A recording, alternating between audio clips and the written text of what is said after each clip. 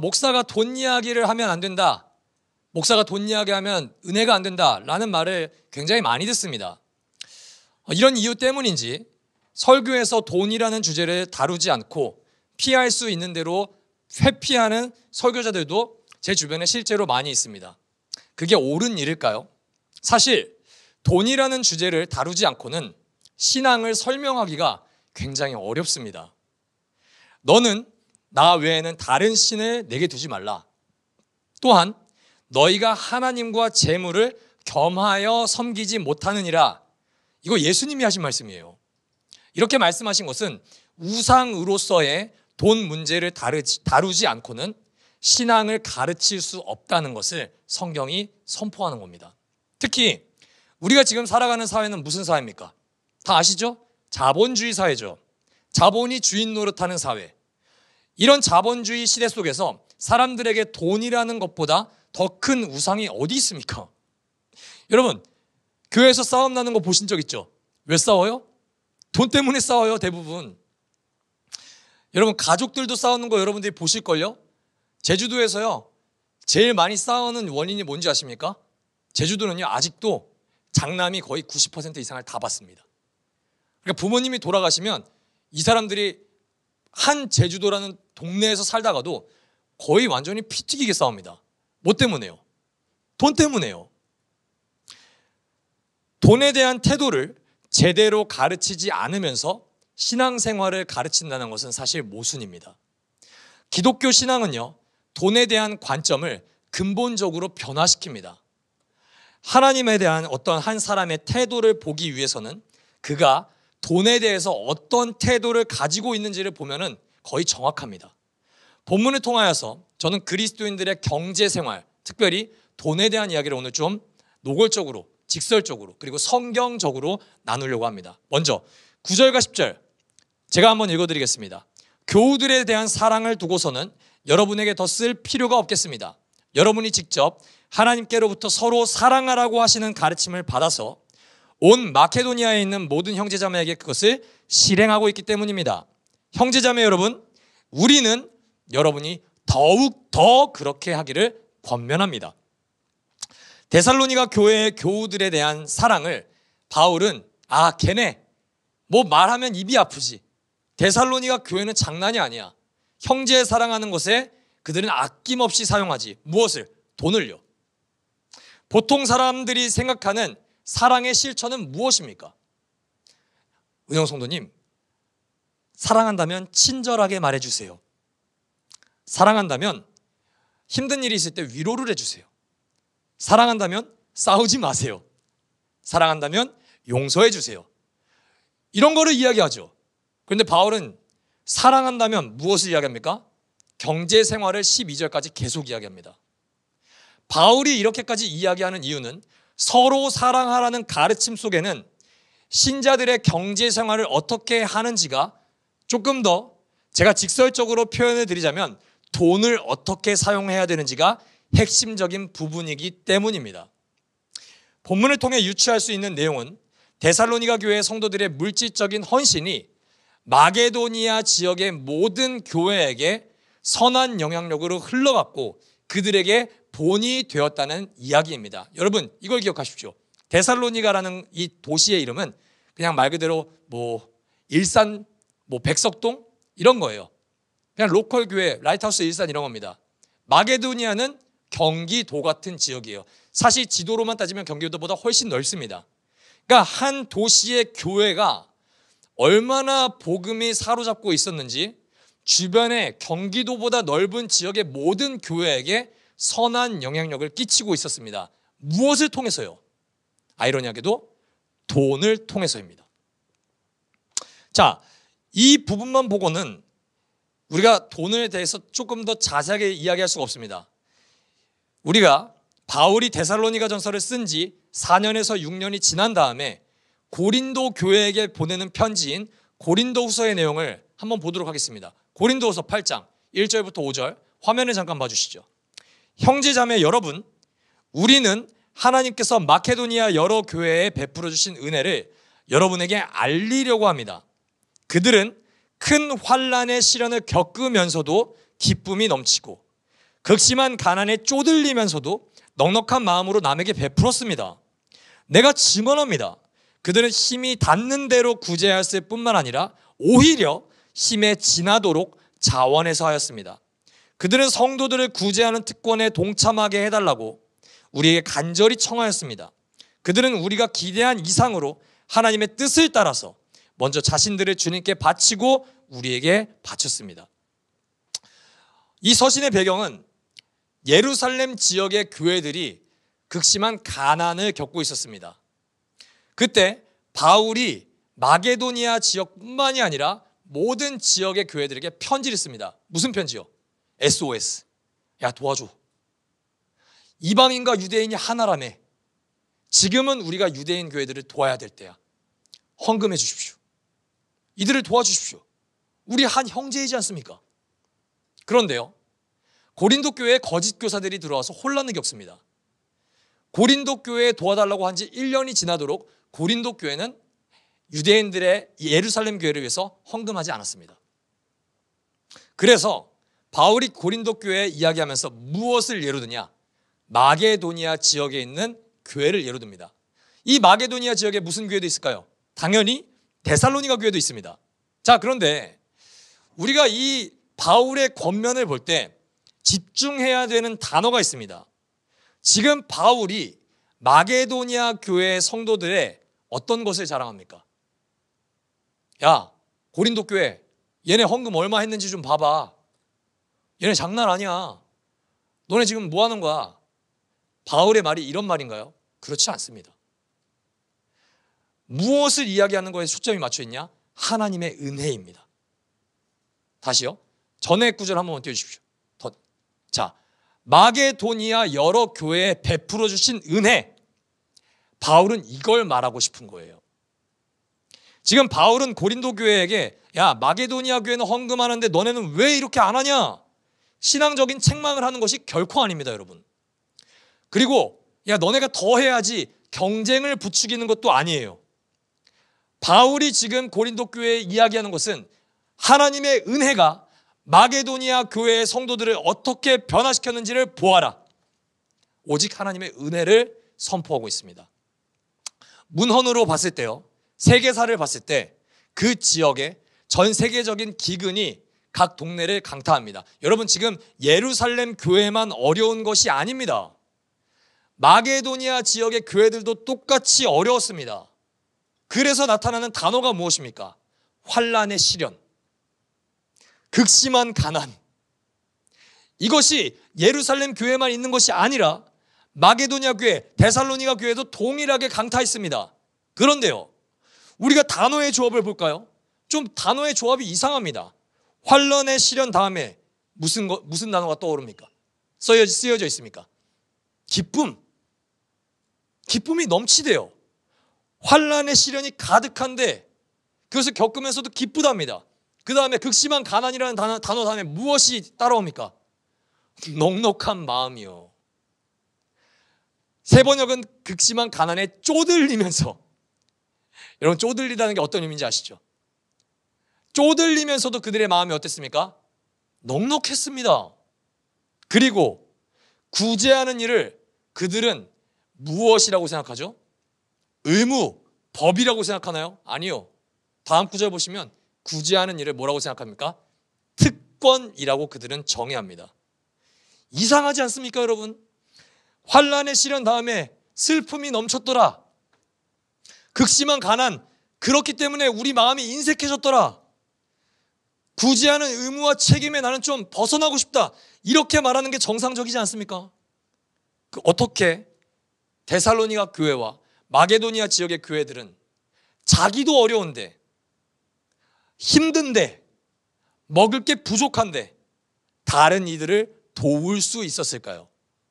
성경은 이렇게 성도들이 누군가를 사랑하기 때문에 자신의 주머니를 헌신할 수 있는 단 하나의 이유를 한어로만 정의합니다. 하나님의 은혜.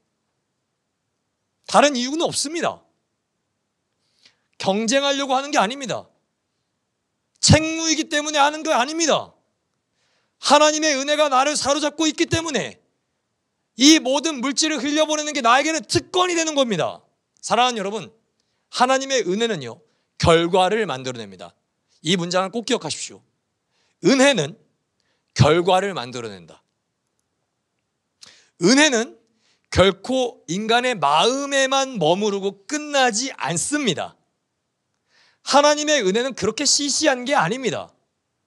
그냥 오늘 좀 은혜 받았어. 눈물이 좀 나네. 오늘 좀 감동 받았는데, 이런 영역으로 끝나지 않습니다. 은혜는 사람의 존재를 변화시킵니다. 은혜는 사람으로 하여금 자기중심성과 이기주의의 영역을 넘어서게 합니다. 은혜는 나를 사랑하는 것을 뛰어넘어 타자를 사랑하게 합니다.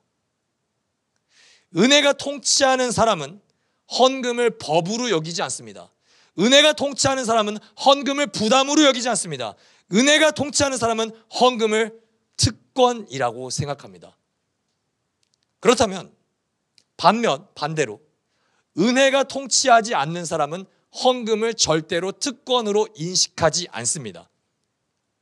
내 모든 소유가 하나님의 은혜로부터 나에게 주어진 것이 아니라 내 힘과 내 노력과 내 능력으로 이룬 것이라고 여기는 사람은 결코 하나님과 이웃에게 헌금을 드리는 것을 특권이라고 생각하지 못합니다. 왜일까요? 왜가 중요합니다. 여러분, 왜 그렇게 생각할까요? 답은 간단합니다. 자기 것이니까요. 내 월급은 내 거니까요. 내 노력이니까요. 내가 뼈 빠지게 창업했고 사업을 이뤘고 내 쓸 거 아껴서 모은 돈이니까요. 내 돈이니까요. 여러분, 생각해 보세요. 자기가 수고해서 얻은 소산과 수입에서 떼어서 자기 것을 하나님께 드리는 것이라면 감사를 표시해야 하는 쪽은 내가 아니라 그것을 받으시는 하나님입니다. 왜냐? 내 것을 하나님께 준 거잖아요. 그렇지 않습니까? 이것의 소유는 내 건데, 여러분 보세요. 내 거를 은영 성도님께 줬어요. 당연히 은영 성도님이 나에게 감사해야 되지 않습니까? 이렇게 하나님께 드리는 헌금을 정의하기 시작하면, 어떠한 태도가 인간에게 생기기 시작하면은 계산기를 두드리게 됩니다. 내가 하나님께 드린 것이 얼마나 많은지, 그리고 그것에 상대적으로 내가 이 정도를 드렸다면 하나님은 상대적으로 내게 베풀어 주신, 솔직히 더 정직하게 표현하자면 보답해 주신 금액이 얼마나 적은지를 생각합니다. 이해가 되시나요? 여러분, 내 것을 하나님께 드린다고 생각하는 사람은 헌금을 많이 드리면 드릴수록 하나님이 나에게 어떤 복을 주셨는지를 계산하기 시작합니다. 그리고 헌금과 비교하죠. 수지타산이 안 맞는데? 이게 헌금입니까? 이건 딜입니다. 이런 헌금 하나님 원하지 않으세요? 여러분, 하나님은 영적인 존재예요. 돈이 필요 없으시다고요. 하나님께 우리가 헌금을 드리는 것은 아까 그리팅 시간에 누가 이야기했던 것처럼 전적인 우리의 마음과 태도를 보시는 겁니다. 하나님께 이런 사람은 절대로 최상의 것을 드리려고 하지 않습니다. 그냥 형식적인 것, 인사치레적인 것, 남들이 하니까 하는 정도만 헌금하려고 합니다. 여러분, 하나님은 여러분에게 가장 소중한 분이라며요. 그렇게 고백하지 않습니까? 그렇다면 내가 하나님께 나의 삶에 가장 소중한 것, 나의 첫 번째 되는 것, 최상의 것을 드리는 게 진짜 신앙 아닐까요? 하나님께 내서 가장 소중하고 최상의 것을 드리는 유일한 조건은 내 모든 것이 하나님의 은혜로부터 주어진 것이라는 것을 인정하는 것으로 시작합니다. 하나님께서 나에게 맡기신 것이라는 것을 깨달으셔야 됩니다. 이것을 알지 못하고 인정할 수 없다면 여러분은 결코 하나님보다 돈을 더 사랑하는 일에서 자유로워질 수 없습니다. 그런 사람들에게 헌금은 신앙생활에 있어서 가장 힘들고 힘든 의무로만 전락하게 됩니다. 헌금을 주신 은혜에 대한 반응이 아니라 그저 의무라고 생각하는 사람들이 가장 힘들고 싫어하는 헌금이 무엇입니까? 여러분 다 대답하실 수 있죠? 뭡니까? 뭐예요? 11조죠. 제일 부담되는 겁니다. 제일 의무라고 생각합니다. 제일 법이라고 생각합니다. 사람들은요, 11조를 생각할 때 왜 힘들어하는지 아십니까? 11조를 뭐라고 생각하냐? 10분의 1이라고만 생각합니다. 11조의 의도가 무엇입니까? 11조의 목적이 무엇입니까? 아니, 여러분들이 그냥 추상적으로 생각하는 거 말고 성경이 정의하는 11조는 어디에 쓰이는 헌금입니까? 그냥 10분의 1 가져와, 이건가요? 이렇게 생각하면 성도님들은 무슨 질문하는지 아십니까? 목사님, 세금 전이에요? 세금 후예요? 여러분, 이런 헛소리 하지 말자고요. 하나님은 이런 세금 전이냐 후냐, 아니 세금 전에 11조는 받으시고 세금 후에 11조는 안 받으세요? 말도 안 되는 거죠. 여러분, 11조는요, 목적과 의도를 정확히 아셔야 돼요. 첫 번째, 과거에는, 구약 성경에는 레위인들, 그러니까 성막에서 봉사하는 자들, 현재 신약 시대에는 레위인이 없습니다. 여러분, 저 레위인 아닙니다. 저는 그냥 대한민국 사람의 한 사람일 뿐입니다. 그러나 교회에는 전임 사역자들이 있습니다. 그들의 생계를 보존하는 게 첫 번째입니다. 두 번째, 공동체의 교제를 풍성하게 하는 겁니다. 교회 내의 공동체, 성막 공동체, 이스라엘 지파 공동체, 이 공동체의 교제를 풍성하게 하는 게 11조의 역할입니다. 세 번째, 교회 안팎으로 구제의 일을 풍성하게 감당한다. 이게 11조의 세 가지 원칙입니다. 구약시대 때도 교회라는 게 없었겠죠. 그러나 어떤 게 있었습니까? 지파가 있었습니다. 성전이 있었습니다. 그들은 과부와 가난한 사람들과 이방인들을 위해서 그들의 쓸 것을 아낌없이 제공했다고요. 11조를 통해서요. 하나님께서 내게 풍성하게 주신 은혜를 기억하면서 그 주신 은혜를 나의 탐욕이 아니라 교회 안과 교회 밖의 모든 이웃을 향한 사랑의 도구로 드리는 헌금이 바로 11조입니다. 그런데 은혜가 중심이 되지 않는 사람들은 한결같이 이렇게 질문합니다. 목사님, 11조는 구약의 율법 아닌가요? 신약 시대를 살아가는 우리들도 율법에 적혀있는 11조를 굳이 헌금해야 되는 건 아니지요. 정답이 뭡니까? 정답 뭐예요? 카이 성도님, 정답이 뭡니까? 패스? 패스. 맞습니다. 아닙니다. 구약의 율법으로 11조를 하는 게 아닙니다. 여러분, 이 질문을요, 심지어 팀 켈러 목사님에게도 성도가 질문했대요. 목사님, 구약의 11조는 이제 끝났으니까 우린 안 해도 되는 거죠? 팀 켈러가 똑같이 얘기합니다. 맞아요. 그러니까 이 질문을 한 성도님이 안도의 한숨을 내쉬었다고 합니다. 휴, 다행이다. 10분의 1 안 드려도 되겠다. 팀 켈러 목사님이 바로 이렇게 이야기합니다. 신약의 11조 규정이 명확히 나와 있지 않은 이유를 제가 말씀드립니다. 우리가 받은 하나님의 계시와 진리와 은혜가 구약의 신자들보다 많습니까? 적습니까? 우리가 그들보다 은혜의 빚을 더 지었습니까? 덜 졌습니까?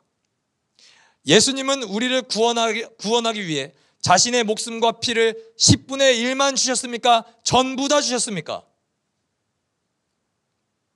이 성도님이 어떻게 답을 할까요? 답을 할 수가 없습니다. 여러분, 신약에 왜 11조 규정을 이야기하지 않는 줄 아십니까? 얘기할 필요가 없습니다. 하나님의 은혜가 완벽하게 드러납니다. 하나님이 우리에게 주신 전부가 드러났습니다.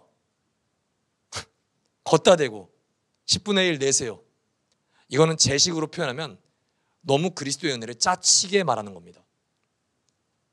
기독교 신자에게 11조란 최소한의 기준입니다. 구약의 신자는 하나님이 그들을 구원하려고 행하신 일들을 우리보다 훨씬 적게 알았습니다. 그런 그들보다 우리의 헌금의 비율이 낮아지는 것이 정말로 그리스도를 통하여서 은혜를 깨달은 자라면 가능한 일일까요? 라고 팀 켈러 목사님이 얘기했어요. 내가 이야기하면 신빙성이 없잖아요. 아, 김영훈 네가 뭔데 헌금 얘기해. 아니요, 팀 켈러가 얘기했습니다. 물론 돌아가셔서 따질 수는 없어요. 사랑하는 성도 여러분, 복음을 통하여 하나님 나라가 임한 사람들은 자신의 재정을 절대로 자기 것이라고 여기지 않습니다. 하나님의 것이라고 여깁니다. 자기 마음대로 자기를 위해서 사용하던 습관에서 누구를 중심으로 사용하기 시작하냐면 하나님 중심으로 사용하는 방법을 배웁니다. 자신의 재물을 주인이신 하나님의 뜻대로 사용하는 사람들을 성경에서는 독특한 별명을 붙입니다. 그게 뭐죠? 청지기입니다. 주인의 뜻에 맞게 사용하는 사람들. 여러분, 청지기로서 살아가는 삶은 쉬울까요? 어려울까요? 쉽지 않습니다. 성경은 쉽다고 이야기한 적이 없습니다. 그래서요, 교회에서 헌금은 각자 알아서 하세요라는 말로는 돈을 사랑하는 인간의 욕망이 쉽게 변화되지 않습니다. 헌금은요, 함께 훈련하는 겁니다. 다시요, 헌금은 여러분 각자 알아서 하는 것이 아닙니다. 헌금은 공동체 속에서 함께 훈련하는 것입니다. 여러분, 앞에 문장을 보면은 무슨 생각이 나십니까? 그럼 이제 무슨 훈련을 하는 거지? 여러분은 무슨 훈련이라고 생각하십니까? 이게 오늘 설교의 포인트입니다, 여러분. 어떤 사람들은 분명히 이런 거 생각할 거예요. 그래. 헌금을 구별해서 내가 이전보다 더 많이 내는 훈련을 교회에서 시키겠지. 아니요. 제가 무슨 은행원입니까? 여러분, 목사는요, 돈 뜯어내는 인간이 아니에요. 말씀을 선포하는 자의 그런 직무를 그렇게 하찮게 생각하지 마십시오. 제가 무슨 일수꾼입니까? 저 그런 거 안 합니다. 그런 훈련이 아니에요, 여러분. 여러분들이 이 훈련을 잘못 생각하기 때문에 헌금에 대해서 부정적인 생각이 드는 겁니다. 여러분, 헌금은요, 내 마음의 동기가 변화되지 않고 의도적으로 드리잖아요. 그게 습관이 되잖아요. 그 안에서 기쁨을 누리지를 못합니다. 법이 돼요. 의무가 돼요. 안 하면 두려워지는 게 돼요. 그래서요, 어떤 훈련을 하는지를 제가 보여드릴게요. 고린도후서, 우리가 8장 1절부터 5절까지 읽었거든요. 그 뒤에 8절에서 9절이 바울이 뭐라고 이야기하는 건지를 볼게요.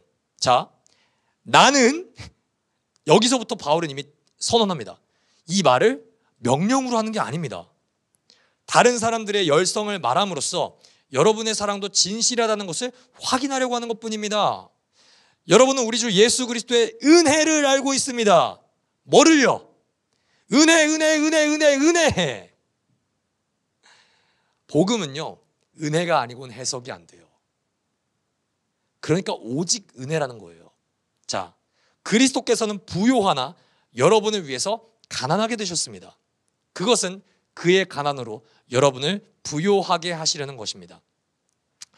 여러분들이 아까 훈련이라는 단어 할 때 오해하신 것처럼 고린도 교회 사람들도 오해하는 인간들이 있었을 거예요.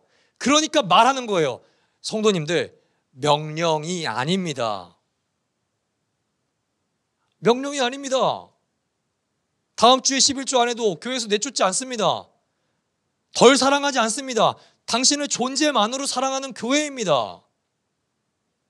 그런데요, 너희가 그리스도의 은혜를 알고 있지 않습니까? 여러분, 헌금에 대한 훈련은요, 돈을 어떻게든 더 많이 내냐 적게 내냐 이런 허접한 게 아닙니다. 그리스도께서 주신 복음의 은혜를 한없이 생각하는 겁니다. 나에게 어떤 은혜를 주셨는지, 이 복음이 얼마나 깊고 풍성한지 주목하는 게 헌금에 대한 훈련이에요. 여러분, 예수 그리스도에게 얼마만큼의 부가 있었습니까? 세상의 가치로 환산할 수 없는 부가, 하늘의 부요함이 하나님의 아들에게 있었습니다. 그분이 그 부요함을 포기하고 이 땅에 내려오시지 않았다면 우리의 결말은 어떻게 됐을까요? 우리는 영적으로 파산합니다. 영적으로 완전히 파산하여 가난하게 죽는 것 말고 우리가 맞이할 결말이 없는 겁니다. 그런데 그리스도께서 어떻게 죽으시죠? 몸에 있는 실 오라기 하나마저도 사람들에게 다 내어주시고 옷만 주십니까? 아니요. 자신의 물과 자신의 피와 자신의 모든 생명까지 모든 죄인들에게 나누어 주시면서 그는 세상에서 가장 가난한 인간으로 죽음을 맞이하게 됩니다. 그의 죽음으로 인하여서 부유함을 누리게 된 존재가 누구입니까? 저와 여러분이죠. 그의 죽으심으로 죄를 용서받은 존재가 누구입니까? 저입니다. 저. 여러분이라고요. 그가 하나님 아버지로부터 버림을 받아 누가 하나님으로부터 아들이 되었습니까? 딸이 되었습니까? 우리죠. 자녀됨을 잃어버리심으로 말미암아 우리는 하나님의 양자로 거듭납니다. 그가 모든 것을 포기함으로 말미암아 우리는 하나님의 자녀가 되어 하나님의 모든 부요하심이 우리의 부요하심으로 누릴 수 있는 자격을 우리가 받게 되었다고요. 사랑하는 여러분, 그리스도께로 나아오십시오. 아멘. 복음 앞으로 여러분을 초대합니다. 은혜 앞으로 나아가십시오. 복음은요, 바울은요, 고린도 교회와 데살로니가 교회와 성경을 오늘 읽고 있는 우리들에게 야, 돈을 그만 좀 사랑해라. 제발 좀 후한 마음을 가져라. 헌금 좀 많이 해라. 이렇게 말하지 않습니다. 바울은요, 성경은요, 복음의 핵심을 제시합니다. 우리를 보배로 삼고자 죽으신 그리스도를 보면 우리도 돈이 아니라 무엇을 보배로 삼을 수밖에 없을까요? 예수 그리스도가 우리의 보배가 됩니다. 그분이 돈보다 우리에게 아름다운 존재가 됩니다. 그분이 있기 때문에 내가 얼마를 갖고 얼마를 갖지 않고가 나의 가치가 되지 않습니다. 왜냐? 우리는 한량없는 은혜가 나의 가치가 된 존재이기 때문입니다. 여러분, 이 문장을 꼭 기억하십시오. 우리가 복음에서 안전함을 찾는 순간 돈에서 의미와 안전을 찾는 일을 그만두게 됩니다. 그리고부터 자신에게 있는 것으로 남을 돕고 싶어질 겁니다. 우리는 복음을 깨닫는 정도만큼, 우리가 복음을 이해하는 만큼 돈은 우리에 대한 지배력을 잃어버립니다. 그분의 값비싼 은혜를 생각하면 결국 우리도 마음이 후한 백성으로 변화될 수밖에 없어요. 왜냐? 은혜는 강하기 때문입니다. 팀 켈러가 이렇게 얘기합니다. 그리스도를 본받으려는 노력을 배가하는 것만으로는 돈의 지배력을 끊을 수 없다. 저는 이 문장을 보고 참 기가 막힌 통찰이다 생각했습니다. 예수 그리스도를 본받으려고 내가 의지적으로 노력해서는 내 삶의 돈의 지배력을 끊을 수가 없습니다. 그래서 우리는 어디에 집중합니까? 그리스도의 구원에 집중합니다. 그분 안에서 내게 주어진 것을 더 깊이 이해합니다. 그 이해에서 비롯되는 마음의 변화로부터 이제 삶의 결단을 시작하는 겁니다. 마음의 철저한 변화 없이 행동으로만 규율에 따르는 것은 잠시 동안의 피상적인 변화일 뿐입니다. 여러분, 이런 경험 혹시 있습니까? 의지로 마음에 찔려서 나도 해야 될 것 같아서 11조를 드립니다. 오래 가지 못합니다. 장담합니다. 왜냐? 그것은 당신에게 짐입니다. 당신에게 법입니다. 그렇게 할 수가 없습니다.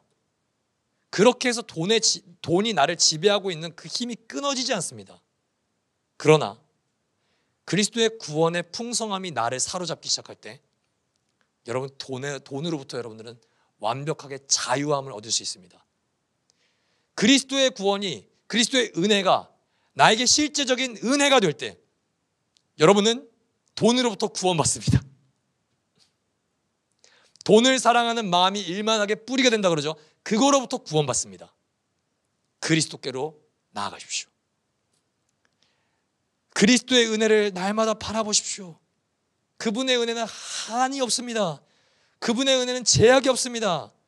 그분의 은혜를 내가 바라보면 바라볼수록 내 안에 딱딱하게 굳어져 있는 이기적인 그런 마음이 하나님의 은혜로부터 변화되기 시작할 겁니다. 사랑하는 성도 여러분, 돈에 집중하지 마십시오. 헌금을 어떻게 드려야 할지를 집중하지 마십시오.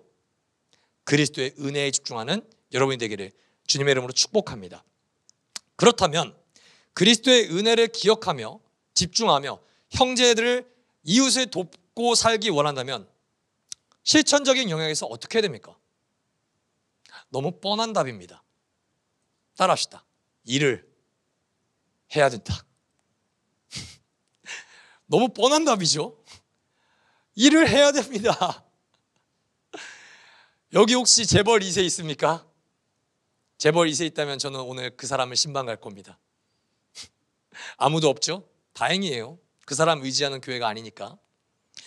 재벌 2세로 태어나지 않는다면 내수 중에 마르지 않는 돈이 있을 리가 없습니다.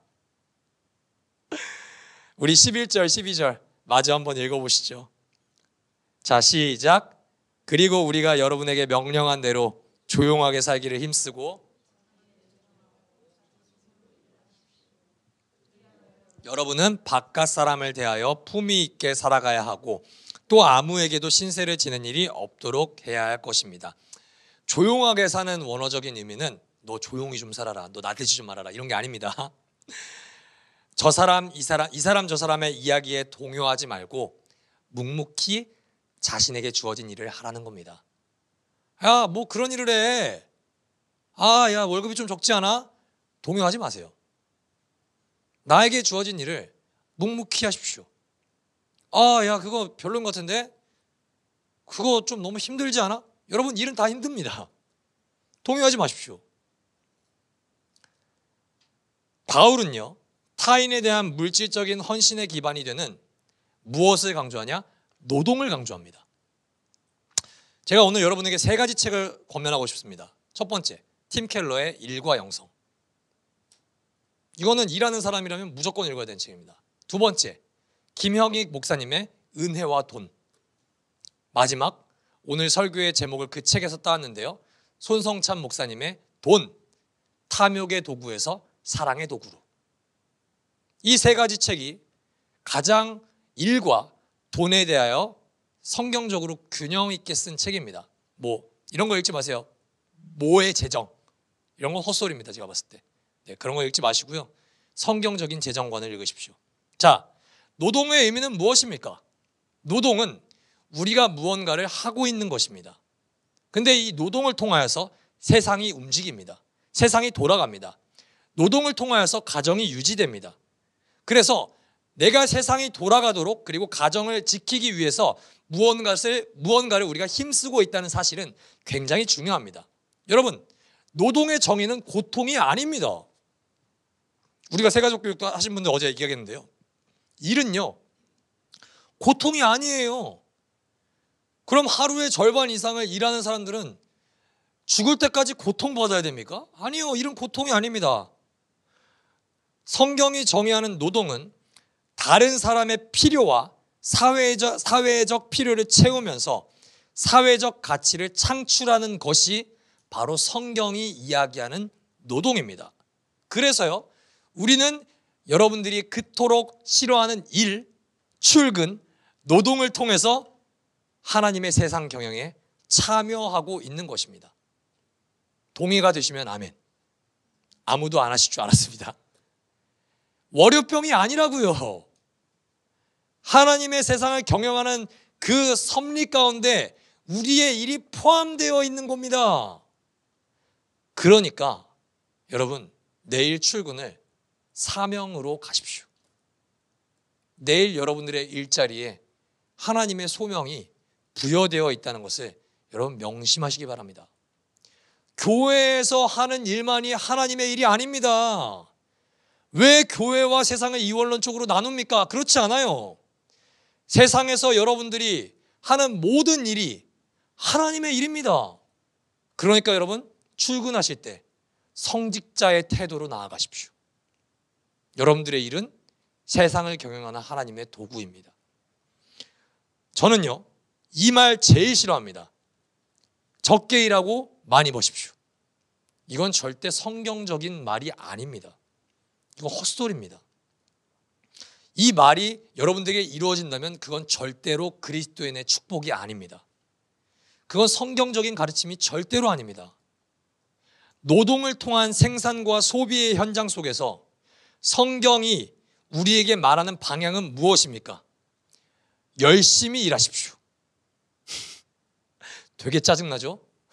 내일 월요일인데. 그리고 여기서 끝나지 않습니다. 열심히 일하는 것은 교회 안 다녀도 다 할 수 있는 것입니다. 열심히 일하고 열심히 주십시오. 이게 성경이 말하는 노동의 원리입니다. 바깥 사람에 대해서는 품위 있게 살아야 하고, 이 말이 조금 어렵습니다. 그래서 메시지 성경에서 유진 피터슨 목사님은 이렇게 번역합니다. 여러분이 세상 사람들의 존경을 받을 정도로 제대로 살기를 바랍니다. 당시에 데살로니가 교회에 편지를 쓸 때 이상한 종말론이 등장했습니다. 뭐냐? 예수님 곧 오실 거야. 여러분 이 얘기 많이 들어보셨죠? 그러니까 어떤 성도들이 생기냐? 그래? 그럼 굳이 왜 일하고 있어? 야, 예수님이 곧 오시는데 뭐하러 일을 하냐? 나 오늘부터 집에서 쉴래. 뭐하러 직장 상사에게 헛소리 듣고 있어? 나에게 이런 고통이야. 나는 오늘 쉴래. 나는 그냥 기도하고 전도할래.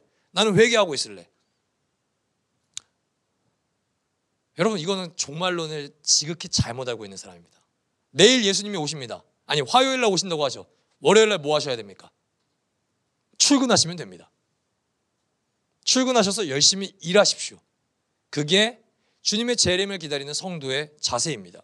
당시에 교회는 긍휼과 선교에 사용하는 헌금의 비중이 상당히 컸습니다. 실제로 교회 안에 가난한 사람들을, 가난한 가족들을 돕는 일에 굉장히 많이 썼습니다. 그래서요, 교회 안에는 어떤 사람들이 있었냐? 그것을 악용하는 사람들이 있었습니다. 나 일 안 해도 이 사람들은 나를 긍휼히 여기네? 거의 내 월급만큼 선교비가 나에게 들어오는데? 일 안 해도 되겠다. 개꿀이다. 도시의 비그리스도인들이, 여러분 잘 들으십시오. 도시 안에 예수 믿지 않는 사람들이, 교회를 안 다니는 사람들이 그 사람들을 보고 이렇게 말합니다. 품위 없는 인간들, 노동하지 않는 게으른 인간들. 여러분 그래서요, 교회는 노동의 현장에서도 본이 되어야 됩니다. 일상생활에서도 본이 되어야 됩니다. 교회 안에서도 본이 되어야 됩니다. 할렐루야. 사랑하는 여러분, 이 설교를 잘못 적용하셔서 취업을 준비하고 구직하는 사람들에게 이 게으른 인간들 빨리 일을 구해야지, 이렇게 재촉하시지 마십시오. 이 대상은 철저하게 의도적으로 일을 안 하는 사람입니다. 나는 놀래. 난 일하기 싫어. 나는 남들의 후원으로 먹고 살래. 그런 사람들에게 성경은 오늘 선포합니다. 일을 해라. 열심히 땀을 흘려라. 열심히 수고해라. 그 수고가 나의 일에 참여하는 것이다. 할렐루야. 설교를 마치겠습니다. 라이트하우스 일상 가족 여러분, 최선을 다해 일하십시오. 남들보다 눈치 보고 남들보다 직장에서 최대한 적게 일하고 많이 벌 생각하지 마십시오. 성경적이지 않습니다. 최선을 다해 남에게 베푸십시오. 그 기반은 무엇입니까? 최선을 다해 모든 것을 우리에게 내어주신 그리스도의 은혜입니다. 어떻게든 더 많이 갖고 자신을 위해 더 사용하라는 세상의 문화 속에서 교회가 교회담을 잃어가기 시작합니다. 그렇지만 내가 열심히 일해서 남을 잘 되게 하는 사명이 교회인 우리에게 있습니다. 매달 첫 주에 오늘이죠. 여러분에게 재정보고를 드립니다. 그것의 의미는 두 가지가 있습니다. 교회를 불신하여 헌금을 드리기 주저하는 여러분, 우리 교회는 청지기로서의 사명을 감당하겠습니다. 우리 교회는 2분의 1 이상을 긍휼과 선교에 사용하겠습니다. 그러니 여러분, 2분의 1까지는 바라지도 않습니다. 하나님의 은혜에 감격하여 여러분들의 10분의 1 이상을 가난한 이웃과 교회에서 사역하는 전임 사역자와 그리고 공동체를 위해서 하나님께 헌신하십시오. 이게 우리의 재정보고입니다. 투명하게, 자신 있게, 깨끗하게. 교회로 살아가는 여러분, 하나님의 은혜를 기억하십시오. 형제를 사랑하는 원동력은 하나님의 은혜로부터만 나옵니다. 사랑하는 라이트하우스에 산 가족 여러분, 돈은 나쁜 게 아닙니다. 돈은 선한 것도 아닙니다. 돈은 가치 중립적인 도구입니다.